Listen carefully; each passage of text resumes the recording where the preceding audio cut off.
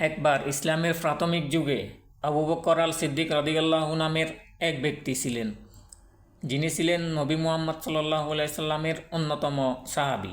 তিনি তার উদারতা এবং অটল বিশ্বাসের জন্য পরিচিত ছিলেন। একদিন নবী করিম সাল্লাল্লাহু আলাইহি সাল্লাম তার সাহাবীদেরকে আহ্বান করলেন এবং মুসলিম সম্প্রদায়কে সমর্থন করার জন্য তাদের অবদান রাখতে বললেন। আবু বকর রাদিয়াল্লাহু তাআলা আনহু তৎক্ষণাৎ উঠে দাঁড়ালেন। তার ধন সম্পদ নিবেদন করতে আগ্রহী।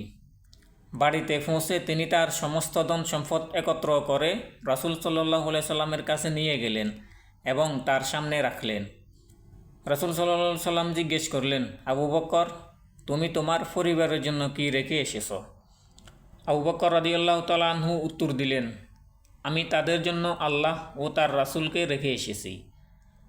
তার নিঃস্বার্থতায় অন্যান্য সাহাবীরা বিস্মিত হলেন।